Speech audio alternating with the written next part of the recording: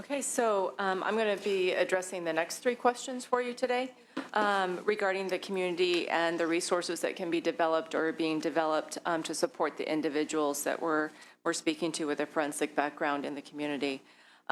We really do recognize that supporting the individuals in the community is something that we have needed to do, continue to need to develop resources for. And while the efforts of the department and the regional centers, I think, are really measurable, we certainly have some more to do moving forward. But to give you some examples of some of our recent efforts and the regional center's efforts in supporting the community of the individuals with the forensic backgrounds in the community, we've had the initial development of the residential homes that have delayed egress with a secured perimeter, and I'll speak some more about that later in one of your other questions, but also with the development of the enhanced behavioral supports home. So as we're looking at supporting individuals with a forensic history, but also with mental health needs, we need to make sure that we're building that capacity to be able to be responsive to that. We have increased our community placement plan approvals as regional centers have made those requests as to the types of services. As an example, over the last 4 years, there's 25 additional residential options that have been developed specifically to support individuals with a forensic background.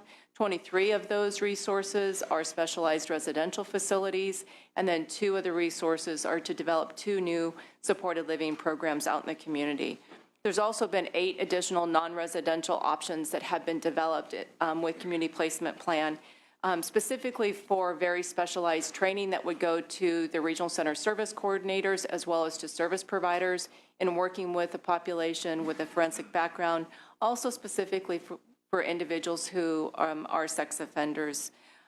Looking at also the day services, that's going to be really critical to have in the community as well, alternative day services to provide those supports, including work employment, recognizing that there's a real need to take a look at the psychiatric and the supports for mental health services. There's been projects that have been developed related to building that capacity, as well as a specific forensic specialty team that was identified for development and is in the process of being developed, that includes a psychiatrist, criminal justice specialist, and the coordinator for supporting forensic groups. So as we move forward with community placement plan, we'll continue to assist regional centers in receiving approval for developing those resources.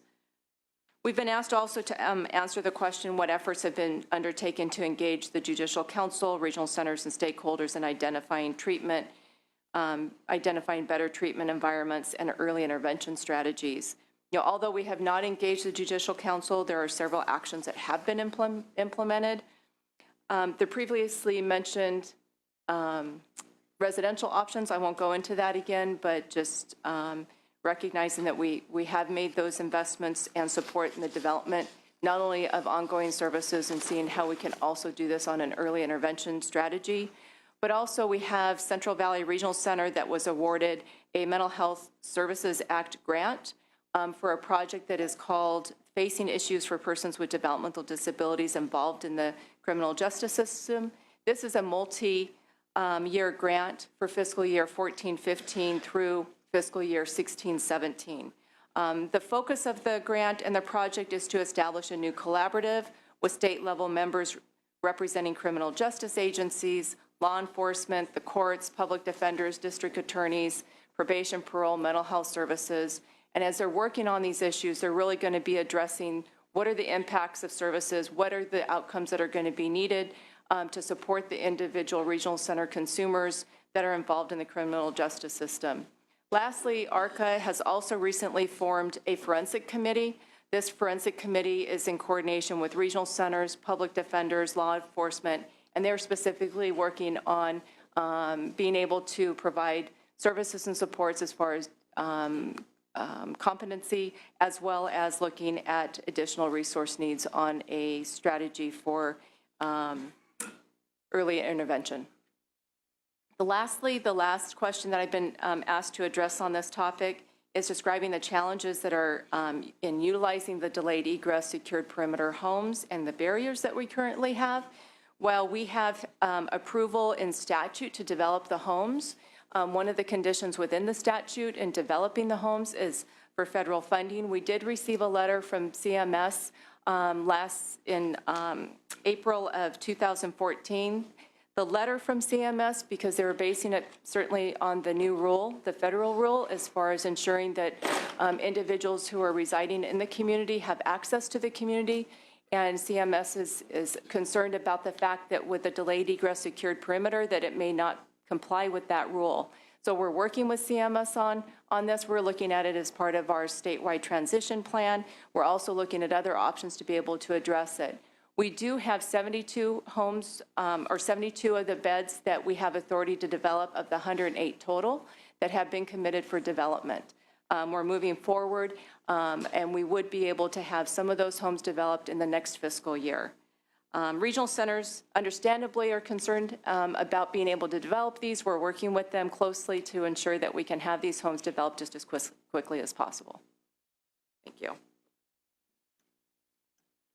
And Madam Chair, if I may, Mike Wilkening, Undersecretary of Health and Human Services, on the engagement with the Judicial Council agency has been engaging with the Judicial Council. I've been to talk with them 2 or 3 times at this point on the overall issue of ISTs, both in the state hospitals and in DDS. And then the governor's office and agency have convened work groups, and the Judicial Council has been part of those work groups. Thank you for that clarification. LAO? Sean Martin with the Legislative Analyst's Office. As I testified earlier, we think it's difficult to close Porterville Developmental Center because of the issues that have just been outlined by the department. Nonetheless, we are encouraged by the efforts made by the department to try and find community-based services models that will meet federal requirements so that we can eventually shift people out of Porterville and into the community. Thank you. Finance? Seeing no questions from members, I will hold this item open pending May revise. Moving on to item number 8, Sonoma Developmental Center General Fund Back Fund for loss of federal funds.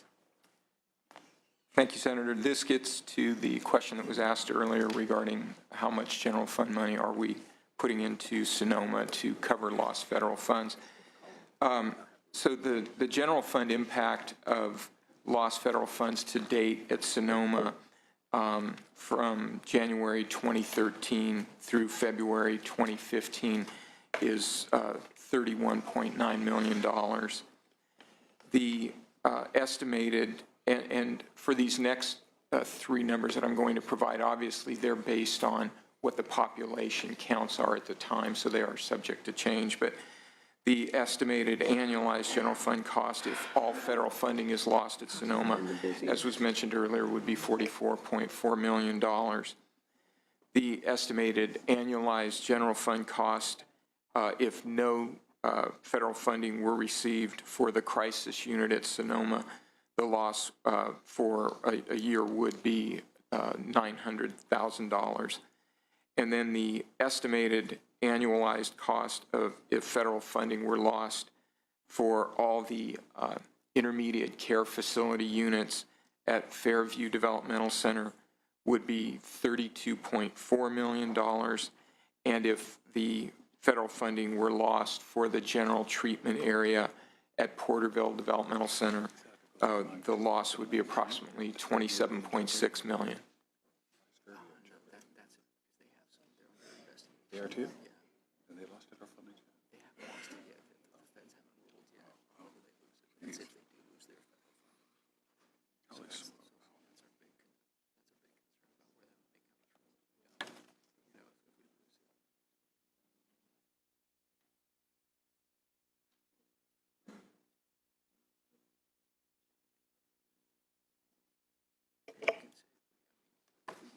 it. Thank you for that, Mr. Doyle. LAO, Finance. Senator Stone? Well, obviously, I'm very concerned that, we're talking about, $75 to $100 million, a significant amount of money. And included in these costs, are you including in the costs the administrative, legal work that you're doing, the cost of that to restore this funding, or is that another line item someplace? No, that's part of our internal operating budget. We don't include that in these numbers. So we have additional costs on top of all of this that you're you're fighting to restore that federal funding. That doesn't, Yes, that it's part personnel, of the day-to-day activities which of includes- operating the department. That's which correct. includes lawyers, and it's just frustrating that in light of all the needs that we have in the developmental community, that we're putting ourselves in harm's way of having to backfill this money. It's very, very frustrating. I understand the concern. Albeit frustrating that, we don't have an option. I mean, just at this point in time. Well, I couldn't agree with you more that it's unfortunate. But until we get the June 6th, decision, I think we have an obligation to make sure that we are providing services to the residents, albeit they a diminishing number who are there, to backfill it. Well, I'm not justifying it, be clear. I'm just saying that I'm clear that we have a responsibility to do it in the meantime. I'm just concerned that we're chasing scarce money that's needed for developmental, the developmental community, and that it seems like, the writing is on the wall with respect to the federal government's support for these institutionalized settings and the direction that they're basically telling us that they're going to defund them. And so it furthers the argument that we need to have this serious conversation with all the stakeholders that we've heard from today about how we're going to transition this population of people into the community where we've shown that they thrive. It's been shown that we can build these 972 facilities to accommodate some of the most severely disabled people. And so I see this as a sense of urgency, and I hope that the legislature sees it as a sense of urgency. As I hate to squander funds that can be better utilized in helping fund services that have been under assault for the past 10 years to the tune of about $1 billion. So I don't want to keep throwing good money after bad. Well, page 10, that chart on the agenda certainly shows us what we've spent, shows us what we've spent in the PIPs, and still to no avail. So in theory, I certainly agree with you. Thank you. Okay, so LAO, finance, nothing. We are going to hold the item open pending May revise. Let's move on to issue number 9, program improvement plans, budget request. So we'll continue the conversation on that. I'm going to refer you back to page 10 again to look at the total PIP general fund costs for 13-14 through 15-16, totals $26.2 million, which includes the Delmarva contract for the independent consultative review experts and the H&W contract at $1.1 million general fund, and also the what I call PIP staffing, but again, staffing relief. The enhancement costs would be the contracts and the PIP staffing. The contracts, though, are one-time in nature, and why they cross fiscal years, we really can't annualize them because we've essentially ended the consultative review contract that was outlined with the PIP because that was time limited. But year to date, it was $4.3 million general fund. The total contracts for both Delmarva and H&W over that period of 3 fiscal years, and $29.1 million general fund for the total funding requested for all centers regarding the PIP staffing. If you annualize that out, it's $1.9 million general fund for Sonoma that first year of PIP staffing, and then 14.5 and 14.6 respectively for fiscal year 14-15 and projected for 15-16 for Fairview, Porterville, and Sonoma PIP staffing. Regarding why the efforts have been unsuccessful in regaining certification at this point, I'll be frank, the DCs really worked in good faith according to the program improvement plans. They did participate in the root cause, had a fairly lengthy action plan developed with very specific guidelines and criteria to meet those action plan items. At the time of the ending of those action plans, they were all 100% on process measures, which was really, in theory, would they meet the conditions? and outcome measures, which would they be able to sustain conditions, were at 90%. And again, those action plans were written for full compliance, not substantial compliance is what you really need to attain certification, but they were written, I will say, at a higher level than that in the action plans. So all I can say at this point is that the environment, the size, the congregate setting issue really does appear tacitly to be the key factor in not attaining certification. And that it's just contradictory to what the feds anticipate. Right. And so, to use Senator Stone's term, throwing good money behind bad, that it's just ain't gonna happen. Right. All right. So regarding the contract with Delmarva Foundation as the independent consultative review expert, the question is why do we continue to use them? The answer to that is actually DDS has not continued to use this contractor. The Delmarva Foundation was contracted exclusively to provide the commitments required for the PIP, which included the root cause analysis and the action plan and the monitoring during the time of the action plan.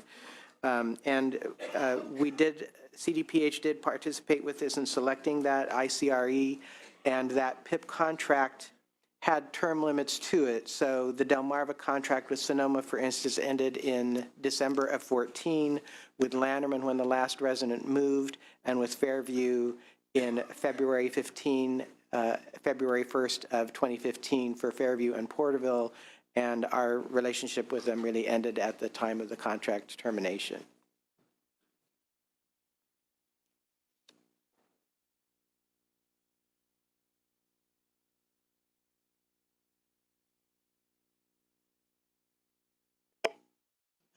Finance? Senator Stone? Say it again? That's right. That's right.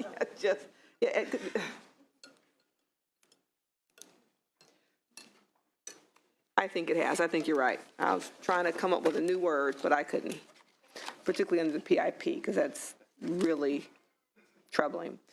We'll hold this item open pending May revise and hopefully clarification from the feds. Moving on to issue number 10, staffing adjustments related to population. Page 22 of the agenda. All right, thank you. Issue 10, again, is just fairly straightforward. We have our population projections that were done in November indicated that we intended that they would probably drop by 134, and so this is the adjustment for that population reduction.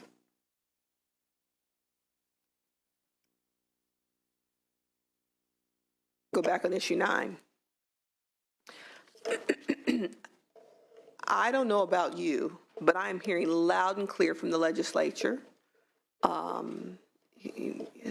not just today's hearing, but in multiple hearings and multiple conversations, about a growing and deepening concern about the loss of federal funds. We will be primed and ready to hear what the result is from the June 6th communication with you. And I just don't think it's reasonable to expect, if I were you, that the legislature, given the status of the general fund, given the nature of the conversation among advocates, just accumulatively, that you could fully expect support on an ongoing way on backfilling those funds. Yeah. I just think that's the obvious here to me. Madam Chair, Mike Wilkenane, Undersecretary, Health and Human Services. We've heard that clearly. Okay. All right. Thank you. Yeah. All right. So we're back on item 10. LAO. Sean Martin, Legislative Analyst Office, will look at the staffing adjustments at the time of May revise and let you know if we're recommending any adjustments then. Thank you very much. Finance? Senator Stone? I think it's very clear we're decreasing the population in these centers and saving significant money. I think we've seen the train kind of leaving the station, and to piggyback on my colleague's points. We got to stop the bleeding. And she's hearing it from her side, I'm hearing it from my side. We want to do what's in the best interest of all of our disabled constituents and spend our money wisely. That, you know, we've got some significant hurdles over the next couple of years. We got Prop 30 that may be expiring soon. We have our share of Obamacare that's coming in. There's going to be some major hits to our general fund where we've got to solve this problem, and we got to start setting the timetable for solving it. So I look forward to working with my colleagues to reach these very important milestones. Thank you. Issue 11, Sonoma Creek Pump Station.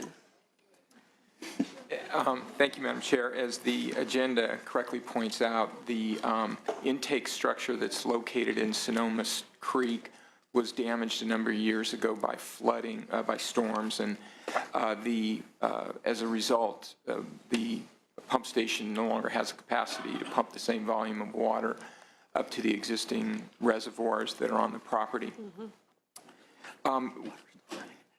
Given the ongoing drought conditions, the severity of the drought, and the curtailment of water use that is being encouraged by state agencies, this is one proposal that we are reconsidering. Obviously, we are looking at the needs, the water needs for residents at Sonoma, and we're also concerned about the ability to have sufficient water on hand for fire suppression, because the facility does share that water with the city of Sonoma. That's what I was going to ask. I wanted to get clarification that wasn't, it was for use beyond the developmental center. That's correct. Okay, and so any comment from LAO or finance? Just given that they're reconsidering, we'll withhold. Yeah, I think we will too. Finance, anything on your end? Teresa Calvert with Department of Finance. We're fine keeping this open for now. Excellent. And that's what we'll do. Moving on to item 12, fire alarm system upgrade at Porterville, capital outlay project. As happens regularly with the DCs, this is another piece of the fire alarm system.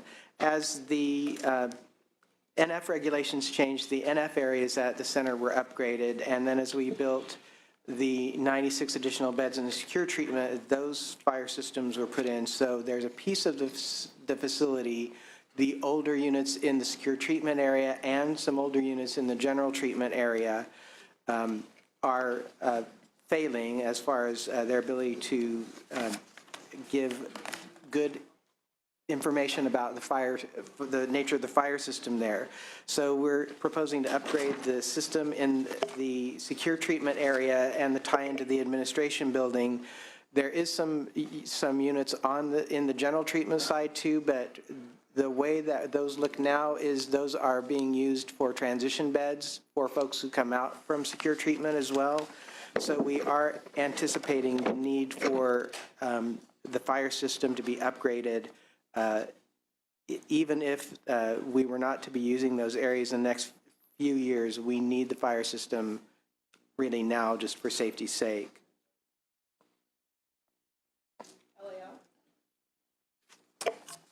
We're not raising any issues with this particular proposal, but we note that until the administration comes forward with a long-term plan for the developmental centers, it's very difficult to assess how much you should be spending not only on capital outlay projects, but also on deferred maintenance. Right. If you know you're going to close a facility in 3 or 4 years, it doesn't make sense to invest in capital outlay there. Right. So that's an overarching comment. Yeah, that I generally agree with, but a fire alarm system is something very different from my perspective. Finance.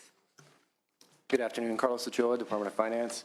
Although it's been discussed, the non-secured portion of Porterville may be closing. We don't really know that timeline at this point. So we still need to provide a safe environment for all the consumers in all buildings, non-secured or secured. We could potentially scope out the non-secured buildings from the construction building schedule, if that falls in line with the closure schedule and construction schedule. That is something we could look at. We did look into the cost savings of removing those particular buildings, and it is a $1.4 million construction savings. Not a great portion of savings. Those were mainly just hard costs, labor costs in that. And those construction dollars are, if this moves forward, we would request those in 16, 17. So we could take a look at this next spring. Okay. To find out. Thank you for that. Yes, Senator Stone. I just want to be sure, though, we're talking about a failing system, not a failed system. So it's still operable today, correct? They do experience 2 or 3 failures a month. That does produce Fire Watch, which is 24-hour patrol of the campus. There's also mechanical failures where parts are just not available. These systems are greater than 40 years old.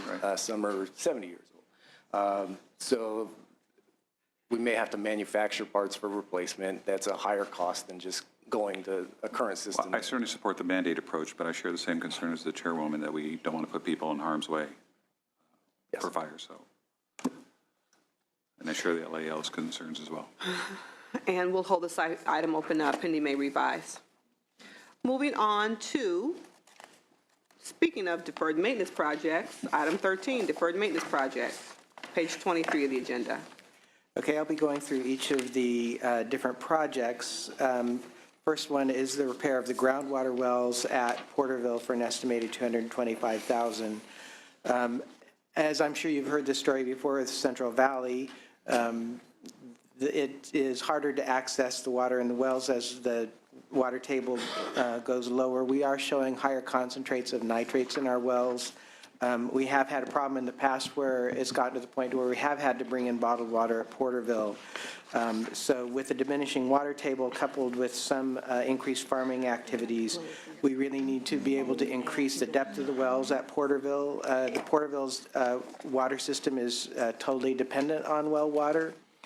And if we can lower the depth of the wells, then we can keep our concentrations at safe levels for the continued safe water supply. Regarding a replacement or retrofitting of existing boilers at Porterville for an estimated $5.4. This project is to replace the existing 60-plus-year-old boilers, which have exceeded their life expectancy of 40 years. Recent review indicates that a retrofit really wouldn't be an appropriate option. It really would be replacement. And the replacement would allow really full compliance with the air quality pollution control district rules, but also installing the new efficient system is projecting that the low emission boilers would produce a significant fuel savings of about $150,000 to $250,000 a year. There'd also be associated lower operating costs with respect to water treatment and anti-corrosion chemicals. The security camera upgrade for the secure treatment area, also for an estimated $400,000. The security camera system was changed with the construction of the 96-bed expansion of the secure treatment area in 2005-06. The security camera system allowed Porterville to move away from the, for lack of a better term, guard towers that were in place there and move to more security camera surveillance system for managing perimeter security and sally ports and the open areas of the campus as well. That system was installed over 10 years ago and has begun experiencing crashes. And the old analog recording system that's used for, if they need to review data, is no longer supported. So the newer system would allow for a more fast and reliable, higher picture clarity and take minimal room for equipment and video storage so that we can continue to maintain the security of the, not just the perimeter, but the open areas of the secure treatment area. So it's critical safety requirement for staff and the individuals who live there. Regarding rekeying the entire facility to the master-submaster key schedule, the key system at Porterville, as you might imagine, on a facility that's 50-plus years old, has changed a number of times. They have older buildings and locks.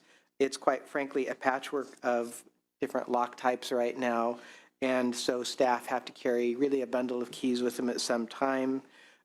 Really, we're running into areas where we call them safety key fumbles, so to speak, as far as safety. So if you're responding to an emergency, you get to a door, you have to go through it, you have to figure out which key operates that door to get through it. So you're fumbling a little bit when you're responding to help calls, not the safest or secure method of using. So that's why the key system is in at Porterville. So in responding to whether all these projects would continue to be prudent, really all we're asking for in these deferred maintenance are essentially the health and safety and security issues that we think will continue now and in the next few years as secure treatment continues to operate. So in light of the nature of the conversation we've had most of the afternoon, would you consider all of these like top-tier required investments? If you had an 80-year-old house that you knew you were going to sell in, we don't know when, 4 to 5 years, would you make all these investments in this old property that you're about to try to not own anymore? Yeah. I will tell you, right now, I think Cal Poly Pomona is wishing we'd invested in the Poilers at Lanterman. Right. It is a part of the property value as people take even when if the property were to become surplus, the value of the buildings and the equipment that goes with them really is a value to the system.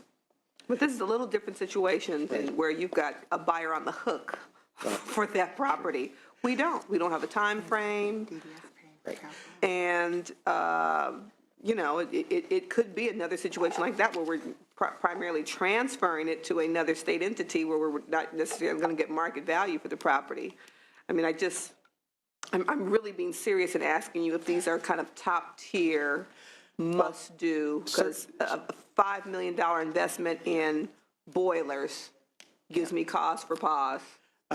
These are exposure issues. Certainly the water, to my mind, would be the highest level.